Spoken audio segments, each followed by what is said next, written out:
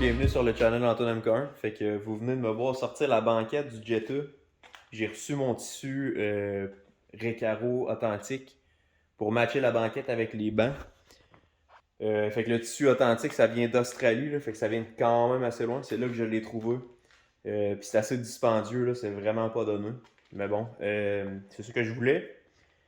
Fait que aujourd'hui, je m'en vais porter la banquette puis le nouveau tissu. Je m'en vais le porter à un gars de Drummond, c'est lui qui va me faire ça. Il va le recouvrir, il va recouvrir la banquette avec le même pattern que les nouveaux bancs. Fait que j'ai bien hâte de voir ça. Ça va prendre une couple de semaines avant que ça soit fait. Fait que je voulais mettre ce petit update-là d'ici là. Fait que c'est pas mal ça. Je vais continuer à travailler sur le char à Sam. Vous allez voir ça bientôt. Ah, puis j'oubliais, je sais pas si je vous avais déjà parlé de ça, mais j'ai un petit problème de fueling avec le Jetta. Dans le fond, c'est que la pompe que j'ai, la pompe externe, c'est pas une pompe variable.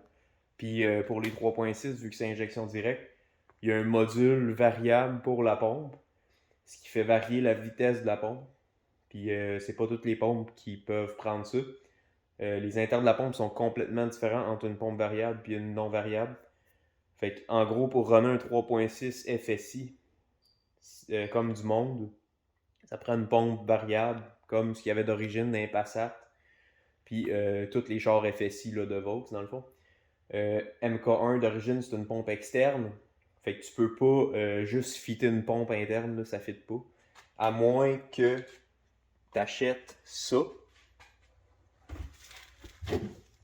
À moins que tu achètes ça. Ça, c'est une flange qu'il faut souder sur le dessus de la tank. Mon ami Gab Payette, qui a le MK1 blanc 3.6, c'est ce qu'il a fait. Je vais mettre une photo de sa tank ici. Fait que comme vous pouvez voir, il faut souder cet adapteur-là sur la tank, puis après ça, on peut drop in une pompe. La mode bien populaire, c'est une pompe de RS4. Fait que c'est ce que je vais faire. Là, j'ai reçu ma flange. Je vais commander la pompe, les fittings pour adapter avec mon fuel system.